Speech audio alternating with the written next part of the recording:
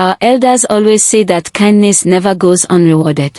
Their words have echoed through generations, a reminder that even the smallest act of goodness can grow into something far greater. Tonight, beneath the whispering trees and the glow of the firelight, we share one such tale. A story of a young orphan girl named Amina, poor in wealth, but rich in heart. Join me as we embark on a journey through the humble village of Calabar, where Amina's gentle spirit turned poverty into prosperity. And her kindness lit a path that the whole village would never forget. The sun crept slowly over Calabar village, painting the sky in strokes of orange and gold. Children ran barefoot through the red dust, chasing one another's laughter. But in a small hut on the edge of the village, a girl sat quietly, her eyes heavy with the weight of yesterday's hunger. Her name was Amina. She was 15, small, slender, with kind eyes and a shy smile that rarely had reason to appear. Her parents had been gone for many seasons, leaving her alone with nothing but a cracked water pot, a tattered dress, and memories that ached more than hunger. Yet even in her loneliness, she never grew bitter. Each morning, she helped others, fetching water, sweeping yards, carrying baskets to the market, all for scraps of food or a kind word.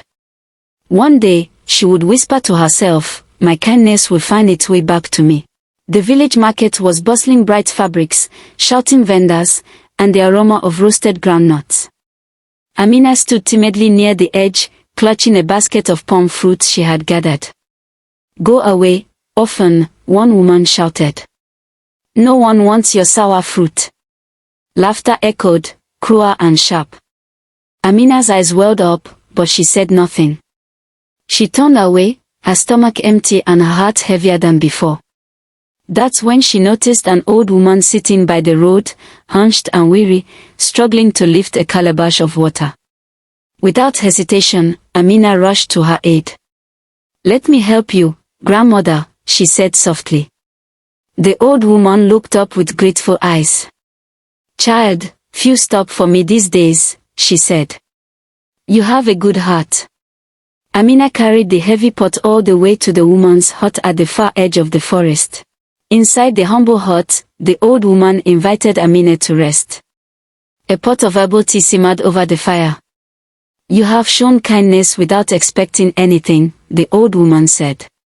She reached under her mat and brought out a small clay pot, sealed with palm leaves and tied with a faded red string. "It is not gold or silver," she warned, "but what you plant with love will grow beyond measure." Amina bowed, thanked her, and took the pot home.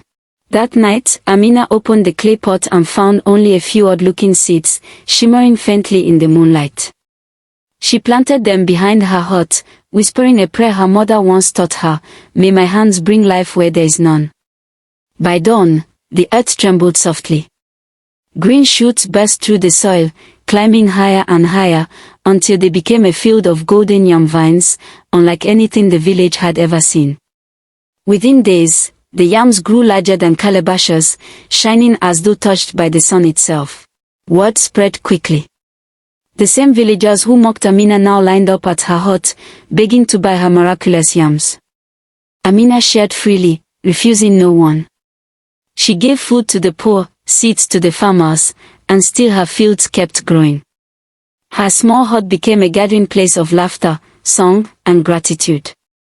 The old woman never returned, but sometimes, when the wind blew across the yam leaves, Amina could swear she heard her voice whisper. Years passed. Amina's wealth was no longer counted in coins or yams, but in the hearts she had helped heal.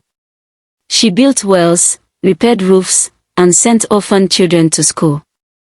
The elders of Calabar declared her the richest in the village, not because of her riches but because her heart had lifted the whole village. As the sun set one evening, she stood by her golden fields, smiling softly. A warm breeze wrapped around her like a blessing, and the words seemed to whisper back her mother's words. What you plant with love will grow beyond measure. The sun set over Calabar village, once more its golden light dancing across the fields that now bloomed where once there was dust. Amina stood quietly by the old woman's hut, the evening breeze rustling the trees, her heart full, her spirit at peace. The seeds she once planted had grown, not just in the earth, but in every heart that had witnessed her kindness. And as the storyteller's voice softens beneath the fading drums, a question lingers in the air. Have you ever done something kind, not knowing it might change your life forever? Tell us in the comments section. In a world that measures wealth by gold, Amina taught us that true riches grow only from kindness, the end of the story.